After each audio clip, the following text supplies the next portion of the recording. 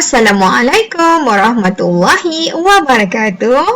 Apa khabar anak-anak murid saya semua? Saya harap semua dalam keadaan yang sihat dan ceria. Okey, hari ini anak-anak kita akan belajar sains tahun 1. Tajuk masih yang sama iaitu penyerapan. Okey, tetapi subtajuknya ialah keupayaan objek menyerap air. Okey, hari ini murid-murid dapat membuat urutan keupayaan. Okey, urutan keupayaan objek menyerap air berdasarkan jenis bahan yang diuji. Okey anak-anak, mari kita lihat buku teks muka surat 74. Okey, mari kita lihat perbincangan murid ini ya. Tajuknya, keupayaan objek menyerap air. Kertas menyerap air. Kain juga menyerap air. Tetapi, objek yang manakah menyerap air lebih banyak?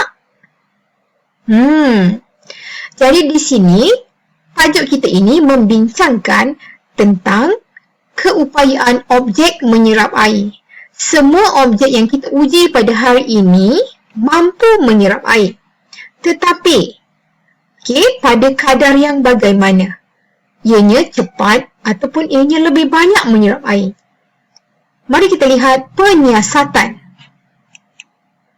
Okey, di sini ada satu penyiasatan yang saya ingin tunjukkan kepada anda semua. Okey, muka surat 74. Okey, penyiasatan ini untuk membuktikan bahan mana yang menyerap lebih banyak air. Okey, baiklah. Mari kita lihat bahan-bahan untuk kita lakukan penyiasatan. Yang pertama, sebatang lidi. Yang kedua, kita perlukan gam. Ketiga, air berwarna. Okey, kita boleh gunakan pewarna makanan yang berada di dapur. Kemudian, ada 3 bahan di sini. Okey, di sini ada 3 bahan.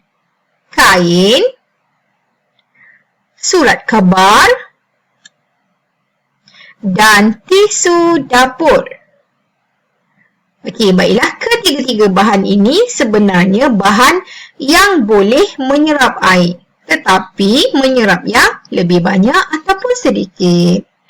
Okey, jadi untuk itu, mari kita buktikan dengan cara menjalankan penyiasatan.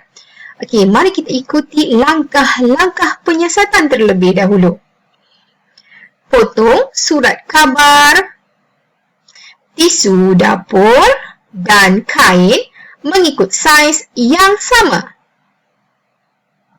Awak lihat ya, ini yang pertama, surat khabar, tisu dapur dan kain. Jadi ketiga-tiganya sama saiz. Dan juga ketiga-tiganya lebih kurang sama warnanya. Untuk kita lihat perbezaan paras air di kemudiannya nanti. Okey, untuk yang kedua, lekatkan potongan objek pada sebatang lidi. Dan yang ketiga, lepas siap tu semua, kita celupkan. Celupkan potongan objek ke dalam bikar yang mengandungi air berwarna. Biarkan selama 1 minit ataupun 60 saat.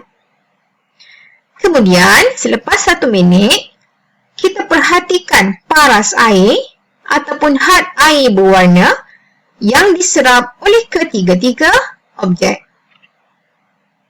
Okey, mari kita lihat penyiasatan ini bagaimana dilaksanakan.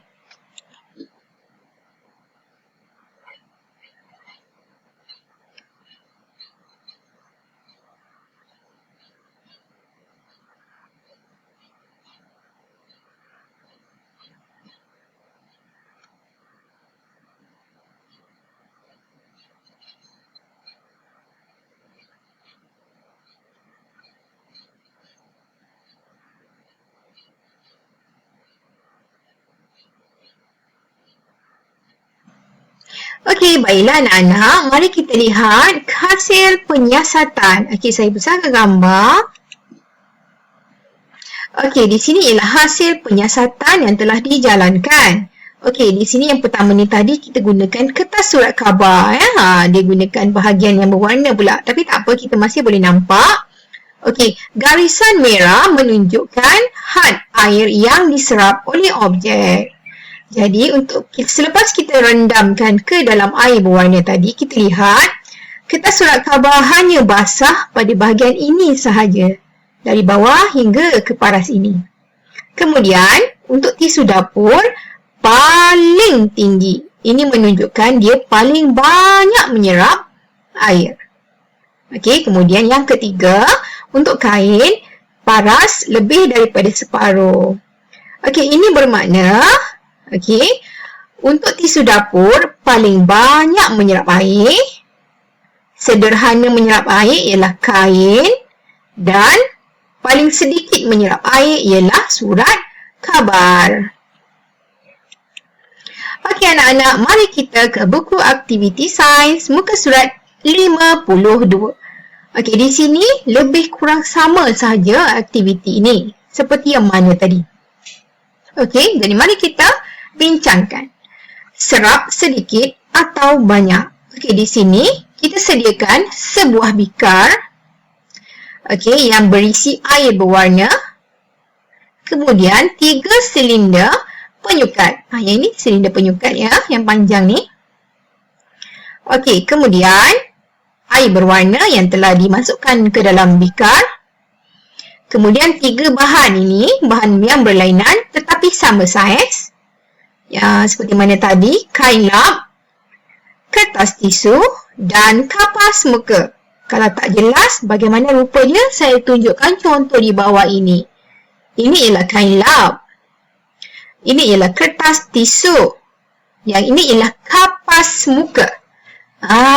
Jadi ada nampak perbezaannya ya. Okey, kemudian kita perlukan penyepit.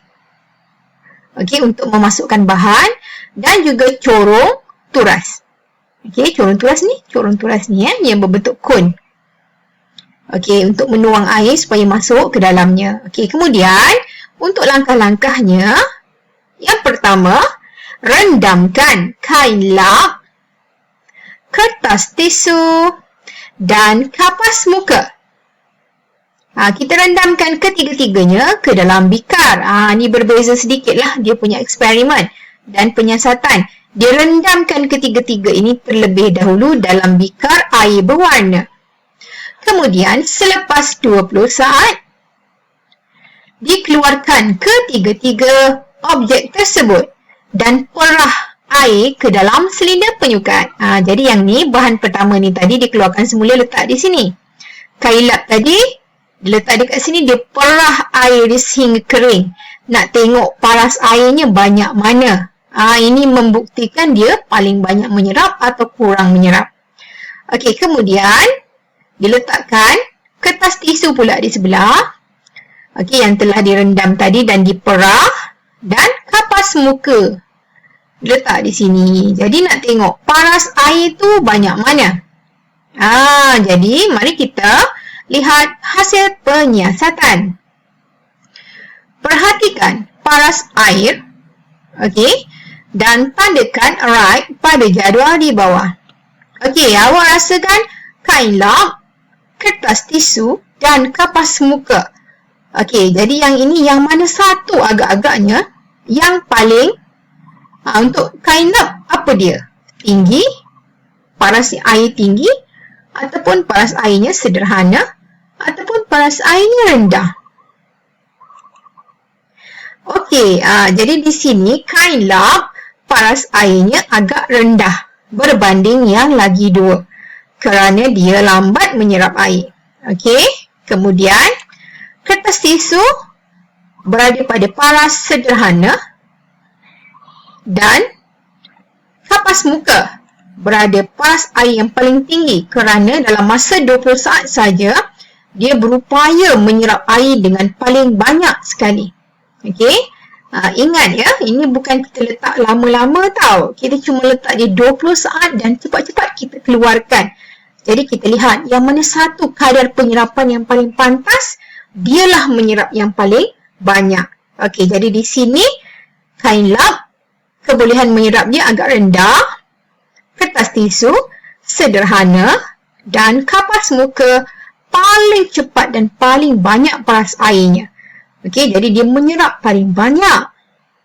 Okey, jadi nyatakan objek yang menyerap air paling banyak. Kapas muka. Jadi yang menyerap air paling sedikit itu apa? Kain. Okey, kain lap. Dan mari kita susun. Okey, susunkan objek tersebut mengikut keupayaan menyerap air secara urutan menaik. Menaik bermaksud daripada kadar yang paling rendah kepada kadar yang paling tinggi. Okey, maknanya paras air yang paling rendah iaitu kain lap. Kedua, yang sederhana,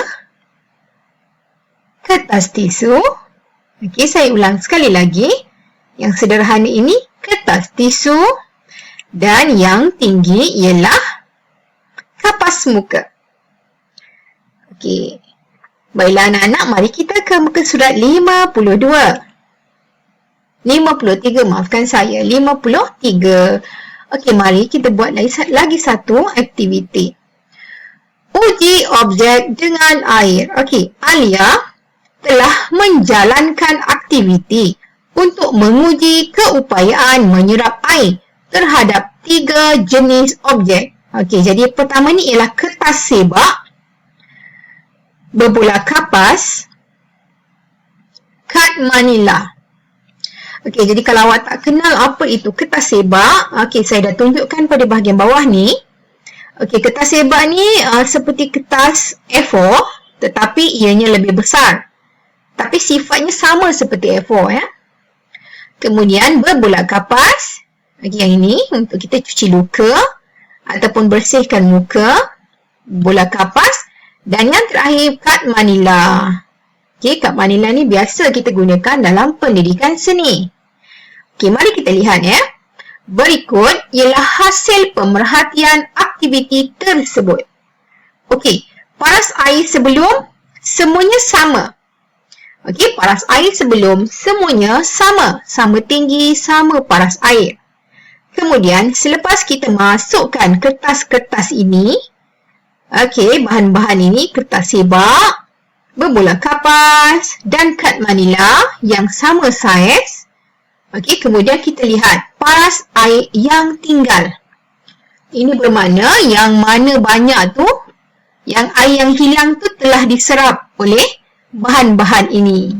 Okey, jadi mari kita lihat untuk paras air yang tinggal. Sama ada sedikit ataupun banyak. Okey, kertas sebak. Kertas sebak, awak lihat air yang tinggal, okey, tinggal sebahagian sahaja.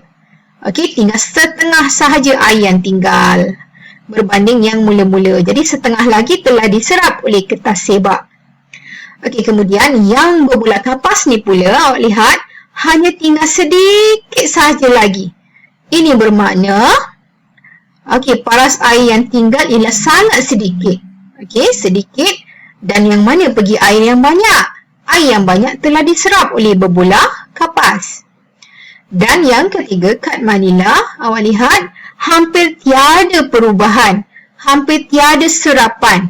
Mungkin ada sedikit tetapi tidak banyak. Okey, masih lagi basah tetapi paras airnya sangat-sangat tidak berkurangan. Maknanya lebih kurang sama saja. Okey, jadi dia menyerap air dengan kadar yang paling sedikit. Okey, mari kita lihat soalannya. Objek manakah yang paling banyak menyerap air? Maknanya yang mana? Yang inilah, sebab dah hilang dah air dia, tinggal sikit je. Jadi, yang paling banyak menyerap air ialah berbola kapas. Objek yang manakah menyerap air? Sedikit air sahaja. Sedikit sangat. Mestilah kad manila. Kerana paras airnya hampir tidak berubah, tetapi dia masih menyerap air. Ya, jadi jawapan yang ini nombor 2 ialah kad manila. Susun objek mengikut keupayaan menyerap air secara menaik. Okey, kalau menaik, kita kena susun daripada yang paling kurang menyerap air, iaitu kad Manila.